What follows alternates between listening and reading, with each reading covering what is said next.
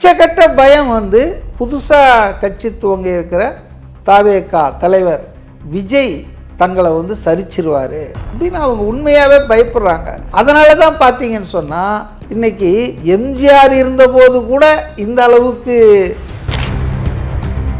விலைவாசி உயர்வு, ஊழல் புகார், இன்றைக்கி பார்த்தீங்கன்னு சொன்னால் சட்டம் ஒழுங்கு பிரச்சனை, வேங்கை வயலில் அந்த வழக்கு 1 வருஷத்துக்கு மேலே ஆகி இன்றைக்கி வந்து தாழ்த்தப்பட்ட மக்களுக்கு எதிரான கொடுமைகள், இப்போ மகளிருக்கு எதிரான விஷயங்கள் பாருங்கள் எக்கச்சக்கமாக பெருகிட்டு இருக்குது.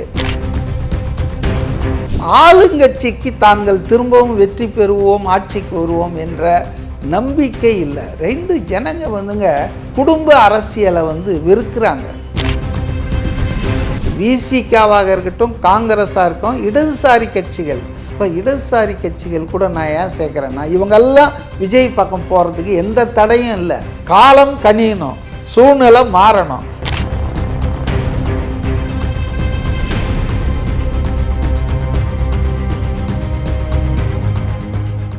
ரியல் ஒன் நேயர்களுக்கு வணக்கம். இன்று நம்மளுடைய நேர்காணலுக்கு அரசியல் விமர்சகர் திரு மதிவாணன் அவர்கள் நினைச்சிருக்காங்க. சார் வணக்கம். சார் வணக்கம். எப்படி இருக்கீங்க?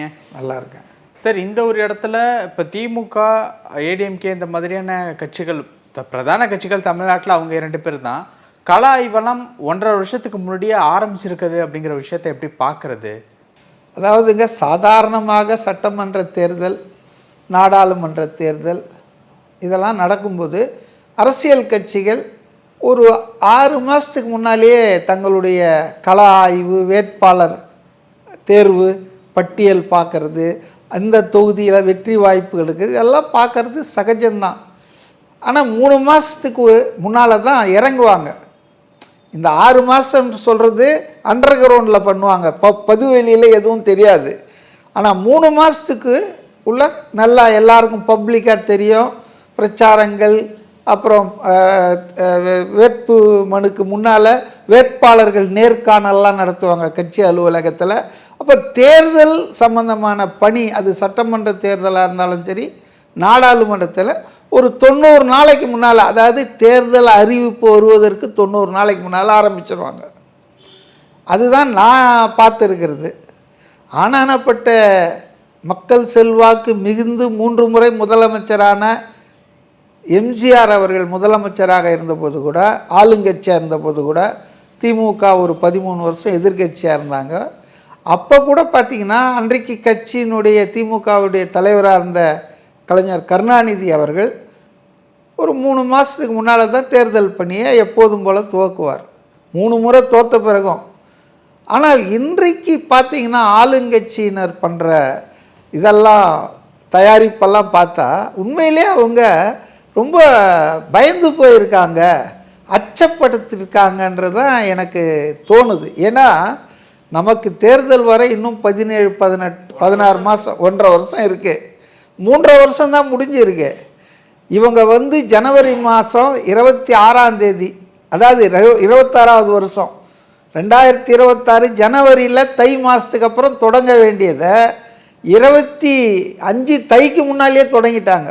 அப்படின்னு சொன்னால் 200 சீட்டுக்கு மேலே ஜெயிப்போம். இப்படி தான் ஜெயலலிதா சொன்னாங்க, கண்ணு கெட்டிய வரையில் எதிரிகளையே காணோம்னு.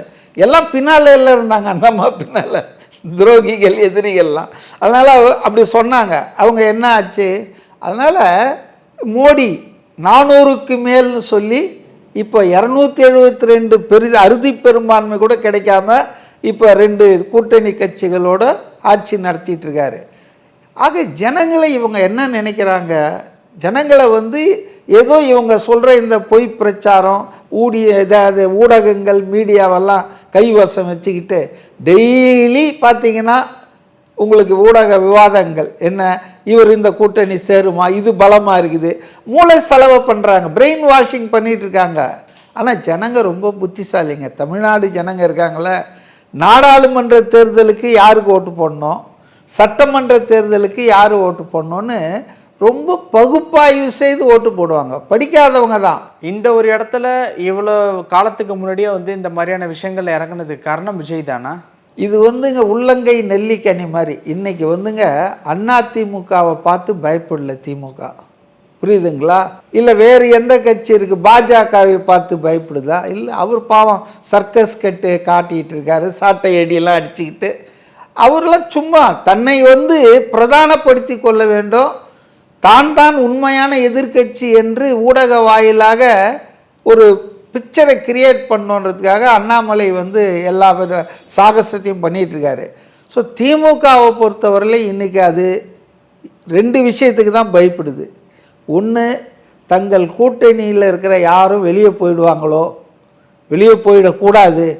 ஏன்னா கூட்டணி வெளியே போச்சுன்னு சொன்னால், அதாவது கூட்டணியில் இருக்கிற இன்றைக்கி இருக்கிற கட்சி 1-2 வெளியே போச்சு, உதாரணத்துக்கு காங்கிரஸோ விசிகாவோ அல்லது கம்யூனிஸ்ட்டுகளோ வெளியே போனாங்கன்னு வச்சிங்களேன், திமுக என்பது தோல்வியை தான் சந்திக்கும். அதில் ஒன்றும் சந்தேகமே கிடையாது, எழுதவே தேவையில்லை.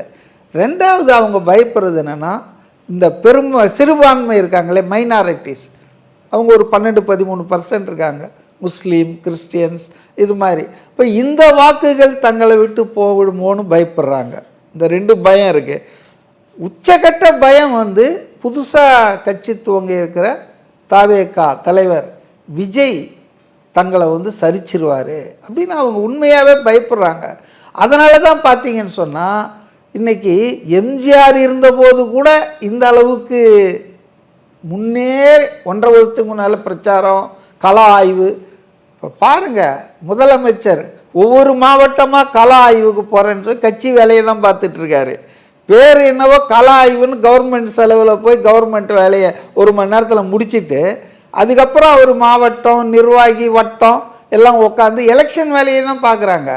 இதுக்கு பேர் முதலமைச்சர் மாவட்டம் தோறும் வராருன்னு கள ஆய்வுன்னு சொல்லி அவங்க மிஸ்யூஸ் ஆஃப் பவர் அது பண்ணட்டும். ஆனால் ஒரு பக்கம் நாங்கள் அவரை பற்றி கவலைப்படல, அவர் எங்களுக்கு ஒரு பொருட்டு இல்லை, நாங்கள் 75 வருஷம் கட்சி வச்சுக்கிறோம். ஏன்பா இப்படி அலறியா சாவறீங்க? இப்போ திமுக டெய்லி தோழமைக்கு எங்கள் கூட்டணி வலுவாக இருக்கிறது, எங்கள் கூட்டணி உறுதியாக இருக்கிறது, நாங்கள் 200க்கு மேலே ஜெயிப்போம். ஒருத்தர் சொல்கிறார் 300 ஜெயிப்பதே, அவர் 234 தான் மொத்தம் இருக்குதுன்னு கூட தெரியாமல் ஒருத்தர் சொல்கிறாரு. ஆக இன்றைக்கி ரொம்ப அச்சத்தில் இருக்காங்க ஆளுங்கட்சி. காரணம் என்னென்னா, விலைவாசி உயர்வு, ஊழல் புகார், இன்றைக்கி பார்த்தீங்கன்னு சொன்னால் சட்டம் ஒழுங்கு பிரச்சனை, வேங்கை வயலில் அந்த வழக்கு 1 வருஷத்துக்கு மேலே ஆகி இன்றைக்கி தாழ்த்தப்பட்ட மக்களுக்கு எதிரான கொடுமைகள், இப்போ மகளிருக்கு எதிரான விஷயங்கள் இருக்கு பாருங்கள், எக்கச்சக்கமாக பெருகிட்டு இருக்குது. அப்போ இவங்க திரும்ப திரும்ப பாஜக எதிர்ப்பு, திராவிட மாடல், அப்புறம் விடியல் பயணம், மகளிருக்கு 1000 ரூபாய் உதவித்தொகை, இதெல்லாம் வேலைக்கு ஆகாதுங்க. இன்னும் ஒரு 1.5 வருஷம் கழித்து விஜய் களத்தில் இன்னும் இறங்கல. அவர் மாவட்டந்தோறும் பிரச்சாரம் பண்ணிட்டு மாவட்டங்களில் பொதுக்கூட்டம் தேர்தல் பிரச்சாரம் பண்ணாருன்னா நிலைமை தலைகீழாக மாறிடும் தான் நான் நினைக்கிறேன். இப்போது இந்த ஒரு விஷயத்தில், அதாவது விஜய் அவர்கள் களம் வந்தது, அதற்கப்புறம் அவங்க கள ஆய்வு நடத்தினது, இது எல்லாமே இருந்தாலும் 1.5 வருஷத்துக்கு முன்னாடி அவங்க இந்த மாதிரியான விஷயங்கள்லாம் பண்ணியிருந்தாலும், அவங்க செய்யக்கூடிய தவறுகள் தேர்தல் நேரத்தில் விஜய்க்கு சாதகமாக அமைவதற்கு வாய்ப்பு இருக்கா? தேர்தல் நேரத்தில் இல்லைங்க, இப்போவே மக்களுக்கு எல்லாம் தெரியுங்க எவ்வளோ ஊழல் நடக்குது. ஏன் அதானி எல்லாரையும் விட்டுட்டு, அரசாங்கத்தில் இருக்கிறவங்களெல்லாம் விட்டுட்டு இவர் சபரீசனை போய் சந்தித்தார். இதெல்லாம் யாருக்கும் தெரியாதுன்னு இவங்க இவங்க என்ன நினைக்கிறாங்கன்னா, ஊடகம் தங்க கண்ட்ரோலில் இருக்குது, அரசுக்கு எதிர்மறையான விமர்சனங்கள் வராமல் பார்த்துக்கிட்டோம், எதை காட்டணும், எதை செய்தி வெளியிடணும், எந்த ஃபோட்டோ பண்ணோன்னு இவங்க பண்ணிகிட்ருக்காங்க. இதே மாதிரி தான் வடக்க மோடி பண்ணார் 10 வருஷமாக. மோடி பண்ணாதுதா, மோடியினுடைய அதே மெத்தட் தான் இங்கே பண்ணிகிட்ருக்காங்க திமுக ஆட்சியினர், மீடியாவை பொறுத்தவரையில். அதனால் இதெல்லாம் ஜனங்களுக்கு இப்போவே தெரியுங்க. நீங்கள் ஒரே ஒரு விஷயம் கேட்குறேன், 200க்கு மேல் ஜெயிப்போம் நாங்கள் இல்லையா, 7வது முறை ஆட்சி அமைப்போம்னு ஸ்டாலின் 2-3 நாளைக்கு முன்னால் பேசுனதா கூட நான் பார்த்தேன். சரி, முதல்ல இந்த 28 மாவட்டத்தில் உள்ளாட்சி தேர்தல் அந்த அவங்களுடைய காலம் முடிஞ்சு தேர்தல் நடத்தணுமே இந்த ஜனவரி பிப்ரவரியில், அதுக்கு ஏன் இன்னும் முயற்சி எடுக்காமல் இருக்காங்க? காட்டுங்களேன். தேர்தலுக்கு முன்னாலே ஜெயிச்சு செமிஃபைனல் மாதிரி உள்ளாட்சி நீங்கள் தான் 200க்கு மேலே ஜெயிச்சுக்க போகிறீங்க. அடுத்த எதிர்க்கட்சிகள்லாம் 34 கூட ஜெயிக்குமான்னு தெரியாது அப்படின்றீங்க. மக்கள் செல்வாக்கு அப்படியே பொற்கால ஆட்சி தமிழ்நாட்டில் நடக்குதுன்றீங்க இல்லையா? திராவிட மாடல் அரசு. சரி, ஒரு செமிஃபைனல் மாதிரி 28 மாவட்டம் உள்ளாட்சி தேர்தல்கள் நடத்துங்களா? ஏன் நடத்த மாட்டேன்றீங்க? நொண்டி சாக்கெல்லாம் சொல்லிட்டு அதை செய்யணும் இதை செய்யணும். அப்போ ஆளுங்கட்சிக்கு தாங்கள் திரும்பவும் வெற்றி பெறுவோம், ஆட்சிக்கு வருவோம் என்ற நம்பிக்கை இல்லை. 2 ஜனங்க வந்துங்க குடும்ப அரசியலை வெறுக்கிறாங்க. அதாவது அது அந்த கட்சியினுடைய விவகாரம், உள்விவகாரம், அவங்க யாரை துணை முதல்வராக்குறாங்க, யார் அவங்க முதல்வராக்குறாங்களா, அது உள்விவகாரம். ஆனால் வெளியே இருந்து பார்க்குற மக்களுக்கு தாத்தா, அப்பா, பேரன் இப்படியே போயிட்டு இருந்ததுன்னா இந்தியாவில் ஜனநாயக ஆட்சி, ஜனநாயக அரசியல் என்பதற்கு அர்த்தம் இல்லாமல் போயிடும். ஒரு குடும்பம், அந்த குடும்பத்தில் மன்னராட்சின்னு சொல்கிறாங்களே, இந்த ஆதவ அர்ஜுனா சொன்ன மன்னராட்சி மனப்பான்மைன்னு இப்போ சொல்கிறார் அவர். மன்னராட்சி மாதிரி தான் ஆயிடுச்சு. இந்த பக்கம் பார்த்தீங்கன்னா கருணாநிதி இருக்கும்போது மதுரைக்கு கீழெல்லாம் அழகிரிக்கு விட்டுட்டாங்க. சென்னையில் ஸ்டாலின், சென்னை இதெல்லாம். அப்போ இன்றைக்கி பார்த்திங்கன்னா அதே மாதிரி தான் இது 3 பேர் கட்சியாக திமுக மாறிடுச்சுங்க. திமுக கோடிக்கணக்கான தொண்டர்கள், உறுப்பினர்களை கொண்ட நல்ல கட்சி தான். ஆனால் அந்த கட்சி இன்றைக்கி குடும்ப அரசியலில் சிக்கி ஸ்டாலின், அப்புறம் உதயநிதி, கனிமொழி, இந்த 3 பேருடைய குடும்ப கட்சியாக மாறிடுச்சு. இந்த 3 பேர் தான் இப்போ திமுக. மற்ற எல்லாரும் ஒன்றுமே கிடையாது, சும்மா பேரளவில் இருந்துகிட்டு இருக்காங்க. ஆகவே ஜனங்களுக்கு இதெல்லாம் தெரியுதுங்க. இது ஒரு குடும்ப அரசியல். இதில் நிறைய சொத்து சேர்க்குறாங்க. இதெல்லாம் ஊழல் நடக்கலை. அந்த அறப்போர் இயக்கம் பாருங்கள், கேஸ் மேலே கேஸ் போட்டுக்கிட்டே இருக்காங்க. அதனால் இவங்க ஊழலற்ற ஆட்சியும் கொடுக்கல, நல்ல ஆட்சியும் கொடுக்கல. 3.5 வருஷம் முடிஞ்சு இவங்களுக்கு மக்களுக்கெல்லாம் கொடுத்த தேர்தல் உறுதிமொழி இது உதாரணத்துக்கு நான் சொல்கிறேன். அரசாங்க ஊழியர்கள் இருக்காங்கள்ல, அவங்களுக்கு ஓல்டு பென்ஷன் ஸ்கீமை கொண்டு வரேன்னு சொன்னார் இல்லையா? ஆனால் இன்றைக்கி என்ன ஆச்சு? அவங்களே வெறுத்து போய் இப்போ என்ன சொல்கிறாங்கன்னா, எதிர்க்கட்சி தலைவராக ஸ்டாலின் இருக்கும்போது எங்களை ரொம்ப நல்லபடியாக அணுகுனார், எங்ககிட்ட அன்பு காட்டினார், ஆதரவு காட்டினார், எல்லாம் எங்களுக்கு சாதகமாக பேசினார். இப்போ முதலமைச்சரான பிறகு பாராமுகமாக இருக்கார், எங்கள் கோரிக்கையெல்லாம் ஏற்கலை. அப்போ அடுத்த 2026 தேர்தலில் நாங்கள் அவரை மறுபடியும் எதிர்க்கட்சி தலைவர் ஆக்கலான்னு தான் இருக்கிறோன்னு பகிரங்கமாக. இப்போ அரசு ஊழியர் சங்கம்ன்றது சிபிஎம் சங்கம், இங்கே சாம்சங் தொழிலாளர் சங்கம் சிபிஎம் சங்கம். ஏன் இப்போ சிபிஎம், சிஐடி எல்லாமே ஓரளவுக்கு குரல் மாற்றி பேச ஆரம்பிச்சிட்டாங்கல்ல. காங்கிரஸ் உள்பட கூட்டணி இல்லைன்னா திமுக ஜெயிக்க முடியாதுன்னு பேசுகிற அளவுக்கு வந்துட்டாங்க. அந்த கூட்டணி அதாவது விஜய் பக்கம் வருவதற்கு வாய்ப்பு இருக்கா? அது நம்ம ஒன்றும் ஜோதிடர் இல்லைங்க. இன்னும் ஒரு 1.5 வருஷம் வாய்ப்பு அப்படிங்கிற மாதிரியான வாய்ப்பு கண்டிப்பாக இருக்குதுங்க. எப்படின்னா திமுக கூட்டணியினுடைய மைய புள்ளின்னா இன்னைக்கு ஊழலற்ற அரசா, கரப்ஷன் இல்லாத அரசா இல்லை, அது மையப்புள்ளி இல்லை.